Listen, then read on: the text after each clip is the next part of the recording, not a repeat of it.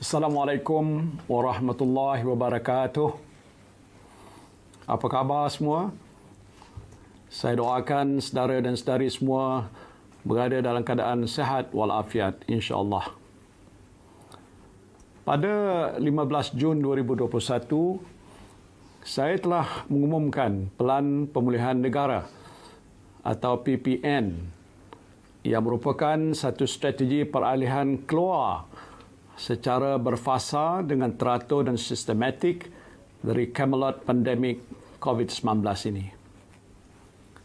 Pelan ini merupakan satu panduan yang dirangka secara berhati-hati berdasarkan data dan sains untuk membalikkan kita semua kembali kepada hidupan harian biasa ataupun back to normalcy. Alhamdulillah, dalam masa 2 bulan sahaja, wilayah Persekutuan Labuan bersama 8 buah negeri lagi telah berjaya beralih keluar dari fasa 1 PPN. Bermula 4 Ogos 2021, Perlis, Sarawak dan wilayah Persekutuan Labuan telah melangkah ke fasa 3 PPN. Manakala 6 lagi negeri telah pun berada di fasa 2. Ini menunjukkan sebenarnya usaha pemulihan sedang pun berjalan seperti yang dirancang. Saya ingin mengambil kesempatan untuk mengucapkan tahniah kepada rakyat dan kerajaan negeri Perlis, Sarawak serta Labuan atas kejayaan beralih ke fasa 3 ini. Namun demikian, kita janganlah mudah lupa dan terleka. Saya berharap agar SOP dan peraturan yang telah ditetapkan dapat dipatuhi sebaik mungkin dan semua usaha menambah baik situasi pandemik di negeri masing-masing diteruskan. Kepada negeri-negeri yang masih belum beralih ke fasa seterusnya, kita tingkatkan usaha dan ikhtiar supaya dapat kita bergerak ke fasa seterusnya dengan keadaan yang selamat. Sekali lagi, saya ingin ingatkan, jangan kita mudah merasa selesa. Sekarang ini kita sedang pun berhadapan dengan cabaran varian-varian baru yang lebih ganas seperti varian Delta. Kadar penularan jangkitan varian-varian ini begitu cepat, jauh lebih pantas dari varian-varian awal setahun yang lalu. Lihat sajalah kes-kes yang dilaporkan di media dan yang dikongsikan di dalam grup WhatsApp keluarga, rakan-rakan sekolah, di mana ada dalam kalangan ahli keluarga ataupun sahabat kita yang dijangkiti. Bilangan kes harian sekarang ini sudah menjangkaui 20,000 kes. Dan bilangan kes aktif adalah lebih 200,000 kes. Namun jika kita perhalusi bilangan kes positif harian untuk kategori 1 dan 2 masih di paras 96 hingga 98% daripada keseluruhan kes. Jadi, seperti yang sering saya terangkan, antara strategi kerajaan dalam nak menguruskan pandemik ini adalah memastikan sebanyak mungkin populasi di Malaysia divaksinasi. Lebih ramai yang menerima suntikan vaksinasi lengkap, maka lebih ramai yang dilindungi daripada jangkitan yang lebih teruk. Beban kepada sistem kesihatan awam akan berkurang dan lebih banyak sektor ekonomi dan sosial yang dapat dibuka secara berperingkat dan kita dapat keluar dari pandemik ini dengan lebih teratur dan selamat. Bagi memastikan suntikan vaksinasi diberikan secepat dan sebanyak mungkin, utamanya dengan kehadiran varian-varian baru yang lebih ganas ini, kerajaan telah pun menggerakkan seluruh jentera kerajaan dan bekerjasama dengan pihak swasta serta badan-badan bukan kerajaan dalam satu pendekatan whole of nation. Analogi mudahnya ialah apabila seseorang itu sudah menerima dos suntikan vaksinasi yang lengkap, seseorang mempersiapkan tubuhnya dengan ashka ataupun disebut antibody untuk melawan musuh, iaitu kuman ataupun penyakit. Jika musuh datang menyerang, tetapi baru kita mau melatih askar kita berperang, maka ia sudah agak terlambat. Kerana tubuh mungkin terpaksa berdepan dengan kesan yang teruk akibat jangkitan itu. Dan oleh itu, vaksinasi memastikan penghasilan antibodi badan lebih awal bagi melawan penyakit berbahaya dan di dalam hal ini virus COVID-19. Alhamdulillah, berkat kerjasama kita bersama, usaha kerajaan untuk meningkatkan kadar vaksinasi ataupun ramping up di vaccination rate sudah menunjukkan pencapaian yang amat membanggakan. Terbukti rakyat menyahut panggilan dan menyambut baik seruan kerajaan ini untuk menerima vaksinasi. Dari pusat pemberian vaksin ataupun PPV Mega di bandar-bandar ke PPV Mobile di desa dan perkampungan orang asli, di PPV Pandu Lalu untuk OKU dan di PPV kecil, kerjasama dengan klinik swasta, berjuta-juta rakyat Malaysia telah pun keluar untuk menerima suntikan vaksinasi COVID-19 ini. Ada juga NGO yang membantu memberikan suntikan vaksinasi untuk warga emas yang uzur di rumah mereka. Sememangnya, sejak pelancaran rasmi program imunisasi COVID-19 kebangsaan atau PIK pada 24 Februari 2021 dan sehingga 6 Ogos 2021, sebanyak 23.6 juta suntikan dos vaksinasi telah diberikan di Malaysia. Seramai 15.35 juta, iaitu 65.6% individu dewasa telah menerima dos pertama vaksin dan 8.25 juta, iaitu 35.3% individu dewasa pula telah lengkap menerima 2 dos suntikan vaksin.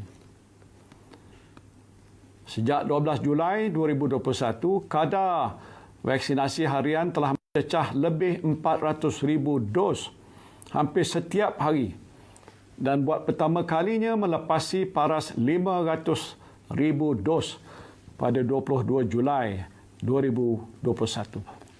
Walaupun pada awalnya ramai yang meragui kemampuan kerajaan untuk meningkatkan kadar vaksinasi, namun berkat usaha kita semua, kita telah pun berjaya membuktikan kemampuan kita walaupun kita berhadapan dengan pelbagai cabaran dan rintangan awal, termasuklah menstabilkan bekalan vaksin daripada syarikat pengeluar. Semalam, Menteri Penyelaras Program Imunisasi COVID-19 Kebangsaan, PIK, Yang Berhormat Saudara Khairi Jamaluddin turut mengumumkan sasaran kerajaan pada hujung bulan ini. Hujung bulan ini ataupun sasaran Hari Kebangsaan 2021 ialah mencapai 50% kadar vaksinasi lengkap penduduk dewasa di seluruh Malaysia. Pencapaian Malaysia dalam usaha memberi vaksinasi di negara ini turut mendapat pujian dan pengiktirafan negara-negara luar dan juga badan-badan antarabangsa. Sebagai Perdana Menteri, saya sering menekankan di dalam sidang khas Majlis Keselamatan Negara MKN, Majlis Pemulihan Negara MPN dan juga mesyuarat-mesyuarat kerajaan bahawa 3 aspek utama yang harus diberikan perhatian dalam kita menguruskan pandemik, iaitu pertama, kesihatan dan keselamatan rakyat. Kedua, ekonomi rakyat dan kelangsungan perniagaan. Itu aspek pertama dan kedua sering kita sebut sebagai mengimbangi antara nyawa dan kelangsungan hidup. Dan ketiga, kesejahteraan rakyat dalam konteks norma sosial, termasuklah kesihatan mental dan emosi rakyat. Aspek ketiga ini sama penting dengan aspek kesihatan dan ekonomi. Hari ini ramai antara kita yang terkesan secara langsung dan tidak langsung akibat pandemik ini.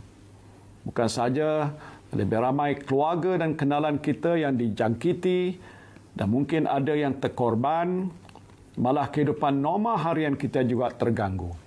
Ada di antara kita yang tidak boleh pergi bekerja dan bersosial. Ada yang punca pendapatan berkurangan, kehabisan simpanan, dan ada yang sudah tidak tahan duduk berkurung di rumah. Saya faham ramai yang sudah letih dengan pandemik ini ataupun berhadapan dengan kelesuan pandemik, iaitu pandemic fatigue. Jadi mengambil kira maklum balas pihak Kementerian Kesihatan Malaysia KKM ini, kerajaan bersedia memberikan kemudahan kepada individu-individu yang telah menerima vaksinasi lengkap. Lengkap itu makna saudara ialah 2 dos. Keputusan ini dibuat dengan sangat berhati-hati dan ia adalah selaras dengan data yang dikumpul di dalam negara tentang keberkesanan vaksinasi lengkap serta prinsip sains dan kesihatan awam yang diguna pakai di seluruh dunia. Penting untuk dijelaskan bahawa seseorang individu hanya akan diiktiraf sebagai individu yang telah lengkap vaksinasinya apabila telah memenuhi kriteria-kriteria berikut. A ialah bagi jenis vaksin yang memerlukan 2 dos suntikan, Pfizer, AstraZeneca dan Sinovac, individu berkenaan mestilah telah melepasi hari ke-14 daripada tarikh suntikan dos kedua itu. Dan B, bagi jenis vaksin yang hanya memerlukan 1 dos suntikan, iaitu Johnson & Johnson dan CanSino, individu berkenaan mestilah telah menepasi hari ke-28 dari tarikh suntikan. Saudara dan saudari yang saya kasihi sekalian, keputusan pemberian kemudahan ini semestinya akan memberikan risiko peningkatan bilangan kes harian. Namun, kerajaan juga tidak boleh memandang ringan manfaat setelah divaksin lengkap dan juga peranan kemudahan-kemudahan ini terhadap kesihatan mental dan fizikal rakyat serta aktiviti ekonomi negara. Penerima vaksin lengkap dapat mengukuhkan sistem pertahanan badan terhadap jangkitan virus COVID-19 dan melindungi diri daripada mendapat gejala jangkitan yang lebih teruk serta mampu mengurangkan kadar kebolehjangkitan kes positif COVID-19 sebanyak 50%. Dalam tempoh 6 minggu kebelakangan ini, terdapat tren penurunan kadar kemasukan ke ward dan unit rawatan rapi, iaitu ICU di Hospital Sungai Buloh bagi warga emas berusia 60 tahun ke atas. Situasi ini menunjukkan pemberian vaksin kepada kumpulan warga emas di fasa 2 peak ini yang dilaksanakan sejak 19 April 2021 telah mula menghasilkan impak yang positif dalam konteks kesihatan. Begitu juga bagi petugas-petugas KKM yang telah menerima vaksin COVID-19 sejak program imunisasi COVID-19 kebangsaan PIK ini dimulakan pada 24 Februari 2021.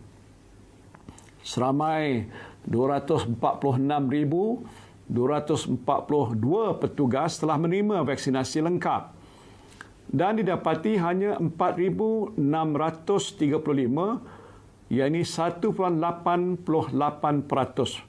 1.88% dijangkiti COVID-19. Dan daripada jumlah kes positif ini, 4,625 iaitu 99.78% hanya mengalami gejala ringan ataupun tidak bergejala. Manakala hanya 7 kes saja, iaitu 0.15% adalah kategori 3 dan 3 kes, iaitu 0.06% adalah di kategori 4. Tiada pula di kalangan mereka yang mengalami jangkitan COVID-19 kategori 5 yang memerlukan bantuan pernafasan. Sehubungan itu, kerajaan bersetuju untuk memberikan kemudahan kuarantin dan perjalanan untuk individu yang telah menerima vaksinasi lengkap di seluruh negara dan juga terpakai ke atas semua fasa di dalam pelan pemulihan negara. Kemudahan-kemudahan yang dimaksudkan secara amnya adalah seperti berikut. Kena dengar baik-baik. Yang satu, pengembara warga negara dan bukan warga negara yang mempunyai kediaman di Malaysia, termasuklah PR dan Malaysia My Second Home, yang pulang ataupun tiba dari luar negara dan telah mendapat vaksin dos lengkap dibenarkan untuk menjalani kuarantin wajib di rumah saja dan diberikan perintah pengawasan dan pemerhatian di rumah atau HCO digital. Kedua, pasangan suami isteri jarak jauh. Suami isteri jarak jauh yang telah mendapat vaksin dos lengkap dibenarkan rentas daerah ataupun negeri untuk bertemu pasangan masing-masing. Alhamdulillah. Ketiga pula, ibu bapa yang telah mendapat vaksin dos lengkap dibenarkan merentas daerah dan negeri untuk berjumpa anak di bawah umur 18 tahun. Saya juga amat memahami permintaan saudara dan saudari untuk kembali menunaikan solat di masjid dan surau. Sehubungan itu, kerajaan bersetuju supaya aktiviti solat sahaja dibenarkan di masjid dan surau bagi jemaah yang telah menerima vaksinasi lengkap. Kemudahan ini juga terpakai ke atas semua fasa dalam pelan pemulihan negara. Pihak masjid dan surau perlu pastikan SOP berkaitan dengan protokol kesihatan awam seperti pemakaian pelitup muka, penjarakan fizikal dan juga pastikan jemaah terus pulang setelah selesai solat. Keduanya lah jemaah yang hadir untuk menunaikan solat mestilah menunjukkan pada petugas masjid dan surau sijil digital vaksinasi COVID-19 ataupun digital certificate COVID-19 vaccination yang menunjukkan bahawa individu tersebut telah menerima vaksinasi yang lengkap. Dan ialah kemudahan ini juga diberikan kepada penganut bukan Islam untuk menghadiri rumah-rumah ibadat. Dan ialah pelaksanaan kemudahan ini adalah tertakluk kepada pihak berkuasa agama negeri dan Kementerian Perpaduan Negara bagi rumah ibadat selain daripada Islam. Saudara dan saudari sekalian, kerajaan juga bersetuju untuk memberikan kemudahan-kemudahan bagi sektor sosial. Sektor sosial kepada individu yang telah menerima vaksinasi lengkap dan menetap di negeri-negeri dalam fasa 2 dan seterusnya. Kemudahan-kemudahan tersebut secara amnya adalah seperti berikut. Rentas daerah dibenarkan. Satu ialah individu yang ingin melakukan perjalanan rentas daerah mestilah menunjukkan pada petugas keselamatan di sekatan jalan raya sijil digital vaksinasi COVID-19 ataupun digital certificate COVID-19 vaccination yang menunjukkan bahawa individu tersebut telah pun menerima vaksinasi lengkap. B, ini semua orang berminat, iaitu aktiviti dine-in, iaitu makan di dalam restoran, dibenarkan. Satu, jika dibandingkan dengan aktiviti sosial yang lain, aktiviti dine-in ini sememangnya mempunyai risiko yang agak tinggi. Inilah kerana pelitup muka akan dibuka ketika makan dan juga ketika berbual dengan teman semeja. Dan ini mungkin mendedahkan individu tersebut kepada jangkitan COVID-19. Sehubungan itu, saya ingin menasihatkan orang ramai untuk dine-in ini apabila perlu sahaja dan tidak meluangkan masa yang terlalu lama. Orang ramai juga dinasihatkan untuk take away jika situasi mengizinkan. Pilihlah premis-premis yang punya sistem pengudaraan yang baik dan terbuka.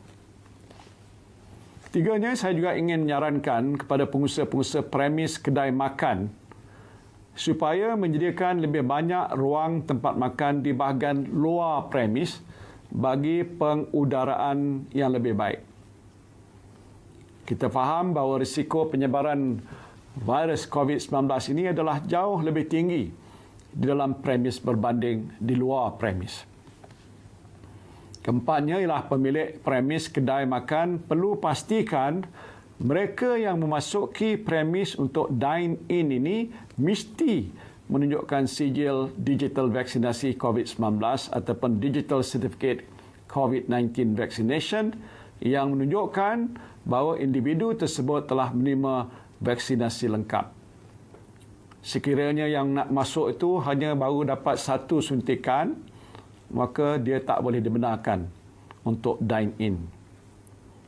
Bagi pasangan yang telah menerima vaksinasi lengkap dan ingin nak membawa anak-anak berusia 17 tahun dan ke bawah untuk dine-in di premis kedai makan, maka dinasihatkan pastikanlah anak-anak anda ni mematuhi SOP yang ketat. Biasalah dengan penutup muka, penjarakan sosial, cuci sanitizer tangan dan sebagainya. Aktiviti sukan, ini yang ketiga, aktiviti sukan dan riadah tanpa sentuhan fizikal dan bukan berkumpulan ataupun outdoor ni dibenarkan. Saya kira ini ramai yang sedang menunggu pengumuman ini. Aktiviti sukan pertamanya dan juga rekreasi kita kira adalah amat penting untuk memastikan tahap kesihatan minda dan kecergasan fizikal yang baik. Dan oleh itu, aktiviti ini dibenarkan dengan mematuhi penjarakan fizikal dan dilakukan di kawasan yang terbuka ataupun outdoor. Termasuklah separa terbuka bermula daripada 6 pagi hingga 10 malam. Aktiviti dine-in di restoran ataupun kafe di premis clubhouse adalah dibenarkan selaras dengan kebenaran dine-in. Pemilik premis ini perlu memastikan mereka yang memasuki premis untuk dine-in mesti menunjukkan sijil digital vaksinasi COVID-19 atau digital certificate COVID-19 vaccination yang menunjukkan bahawa individu tersebut telah menerima vaksinasi yang lengkap. Operasi bilik persalinan ataupun bilik mandi di premis clubhouse ini tidak dibenarkan. Dan ini bagi nak mengelakkan perkumpulan selepas bersukan dan mengurangkan risiko jangkitan. Aktiviti yang dibenarkan adalah seperti jogging, senaman, tai chi, berbasikal, skateboarding, memancing, equestrian, memanah, mendaki, tenis, bermain single, badminton single, golf, pemotoran dan seumpamanya. Keempatnya adalah aktiviti pelancongan dalam negeri yang sama. Pelancongan dalam negeri yang sama dibenarkan dan ini melibatkan homestay dan hotel. Pengusaha homestay dan hotel perlu memastikan mereka yang ingin memasuki premis ini mesti juga menunjukkan sijil digital vaksinasi COVID-19 ataupun digital certificate COVID-19 vaccination yang menunjukkan bahawa individu tersebut telah menerima vaksinasi yang lengkap. Kesemua kemudahan yang saya umumkan hari ini akan mula berkuat kuasa pada Selasa 10 Ogos 2021. Selasa 10 Ogos 2021. Perincian bagi kemudahan-kemudahan yang baru yang saya umumkan akan dikeluarkan oleh Majlis Keselamatan Negara MKN dalam waktu yang terdekat. Kemudahan-kemudahan sektor ekonomi sedang pun kita bincangkan dan dipertimbangkan dalam peringkat sidang khas MKN dan akan saya umumkan juga dalam waktu yang terdekat. Saudara dan saudari yang saya kasihi, kemudahan-kemudahan ini bukanlah bermakna kita boleh mengabaikan SOP yang telah ditetapkan. Kemudahan dine-in dan juga aktiviti sukan terutamanya adalah lebih bersiko bagi seseorang individu itu dijangkiti virus COVID-19. Saya telah pun mengarahkan Yang Berhormat Menteri Dalam Negeri sebagai pengurusi Jawatankuasa Koordinasi Penguatkuasaan dan Pematuhan SOP COVID-19 memastikan kementerian-kementerian dan agensi yang bertanggungjawab untuk mempergiatkan aktiviti penguatkuasaan dan pemantauan ke atas kemudahan-kemudahan yang diberikan. Ingin saya tegaskan bahawa setiap kementerian dan agensi yang memantau kemudahan-kemudahan tersebut, termasuklah pemilik premis, mestilah bertanggungjawab sepenuhnya ke atas pelaksanaan kemudahan yang diberikan bagi memastikan ia dilaksanakan mengikut peraturan serta garis panduan yang telah ditetapkan dan mengelakkan mudarat. Langkah untuk mengawal pandemik ini juga memerlukan usaha bersepadu pihak kerajaan dan juga masyarakat. Individu, ketua komuniti dan penjagaan perlu berwaspada dalam mengambil langkah berjaga-jaga untuk mencegah penularan virus ini. Dalam pada kemudahan-kemudahan ini diberikan, kerajaan juga akan memastikan strategi tindakan kesihatan awam yang ketika ini berada di atas landasan yang tepat terus dilaksanakan. Sebaiknya terutama menerusi ujian saringan, pengesanan kontak rapat, langkah pengasingan serta peningkatan keupayaan penjagaan kesihatan dan pilihan rawatan yang lebih luas. Kerajaan tidak akan teragak-agak untuk menarik semula kemudahan-kemudahan yang telah diberikan sekiranya berlakunya ketidakpatuhan terhadap garis panduan serta SOP yang telah ditetapkan.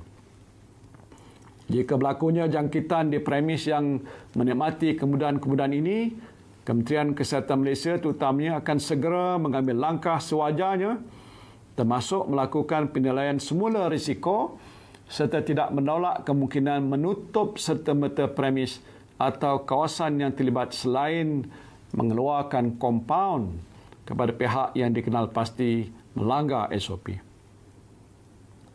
Kita sebagai rakyat Malaysia mempunyai tanggungjawab bersama dalam usaha mengatasi pandemik COVID-19 ini.